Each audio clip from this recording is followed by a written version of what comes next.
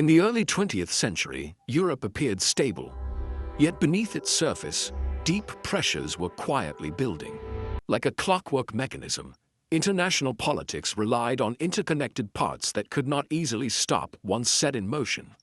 By 1914, the continent was divided among empires whose borders reflected power rather than stability. Industrialization transformed economies and militaries, increasing production, speed, and the scale of potential conflict. Advances in weapon manufacturing meant that future wars would be longer, deadlier, and harder to control. Rail networks allowed armies to mobilize millions of soldiers according to rigid schedules. Alliances bound nations together through formal promises of mutual defense. These agreements were designed to deter war, but they also limited diplomatic flexibility. Naval arms races reflected growing distrust between industrial powers. Military planning increasingly assumed that war was not only possible, but likely. Strategic systems were designed for rapid response, leaving little room for pause once activated. Mobilization plans were precise, but their rigidity increased the risk of unintended escalation. Communication technology spread information faster than leaders could fully assess its consequences. Decisions made under pressure were often irreversible once formally approved. National boundaries became lines of potential confrontation rather than cooperation. Conscription systems ensured that entire societies were tied to military readiness. Mass media shaped public opinion, reinforcing national narratives and rivalries. Symbols of national identity gained increased emotional importance during this period. European diplomacy resembled a strategic game, where each move limited the next. Leaders believed decisive action would prevent weakness, even when outcomes were uncertain. Economic interdependence tied national prosperity to global stability. Industrial energy demands linked economic growth directly to resource control.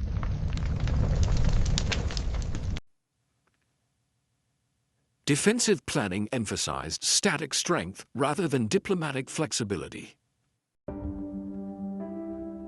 Bureaucratic systems divided responsibility across many offices. Formal approvals transformed political intent into binding commitments. Messages traveled quickly, but interpretation lagged behind transmission.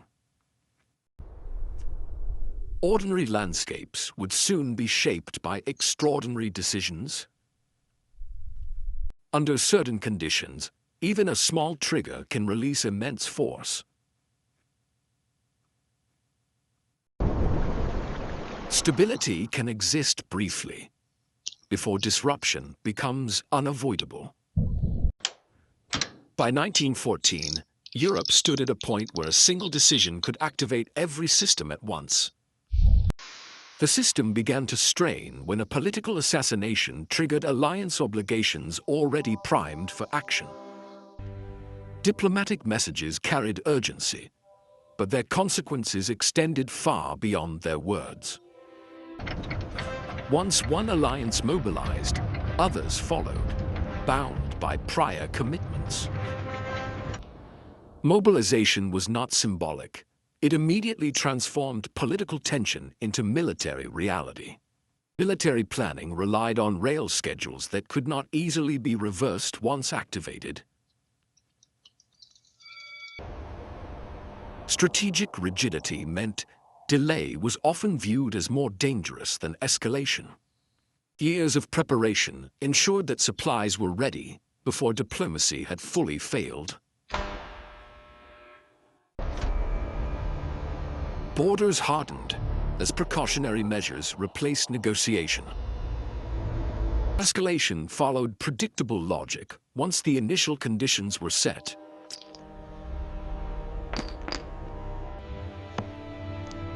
Declarations of war formalized what mobilization had already begun. Naval forces moved into position, anticipating conflict beyond land borders. Industrial capacity allowed nations to sustain prolonged conflict at unprecedented scale. Financial systems were redirected to support war, reducing options for reversal. Strategic assumptions prioritized speed over long-term consequences. Certain actions closed off diplomatic paths that might otherwise have remained open. Once in motion, complex systems resisted attempts to slow them down. Diplomatic forums fell silent as military decisions overtook negotiation. Defensive preparations reflected expectations of prolonged confrontation.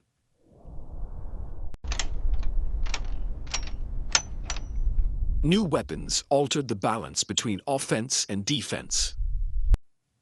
Entire populations became committed through systems of conscription and supply.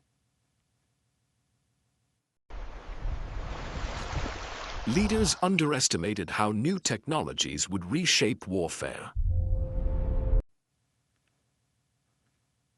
Past victories encouraged confidence that future conflicts would be brief. Global trade networks ensured that war would not remain confined to Europe. But in the first sense, colonial empires extended the conflict's reach across continents. Strategic environments became saturated, reducing flexibility and choice. Logistical systems prioritized continuity over reassessment.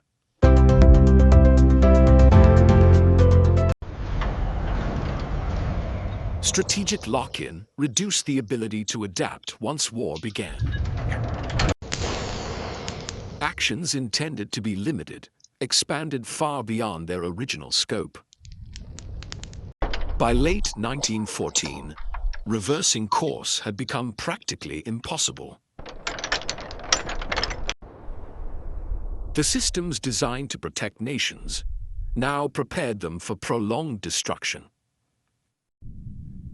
Once war began, its immediate consequence was stalemate rather than swift resolution.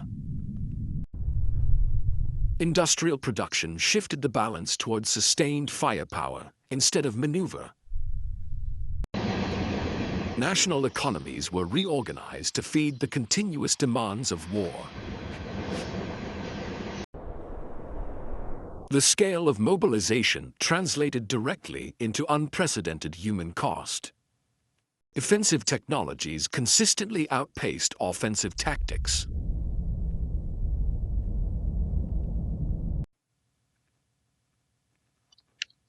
What was expected to last months extended into years.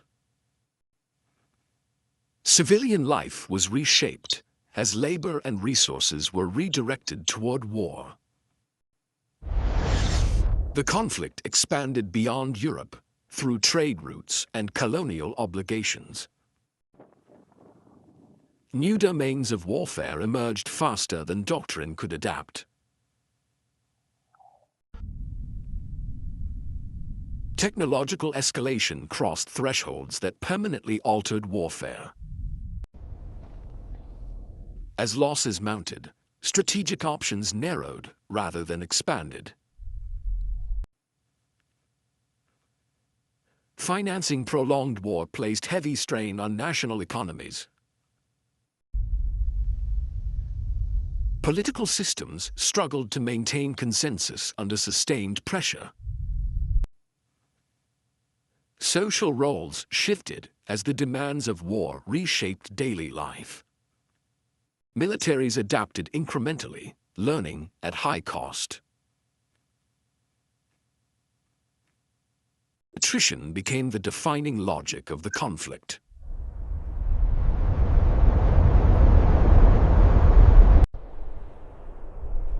Physical environments were permanently altered by sustained fighting. Time itself became a strategic factor as endurance replaced momentum.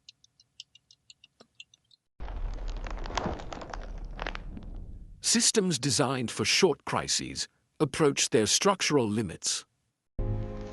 Eventually, adaptation became necessary for survival rather than advantage. The war ended not through design, but through exhaustion. Empires that entered the war did not all survive it. The conflict reshaped borders without resolving underlying tensions. Institutions attempted to extract lessons from unprecedented destruction. Peace agreements addressed immediate outcomes rather than root causes. The physical remnants of war outlasted the fighting itself. The war revealed how interconnected systems can amplify risk.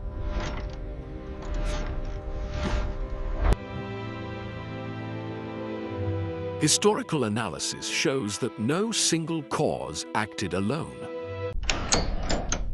One decision mattered most because it activated every other commitment simultaneously. The lasting question is not why the system failed, but whether future systems will recognize the same warning signs.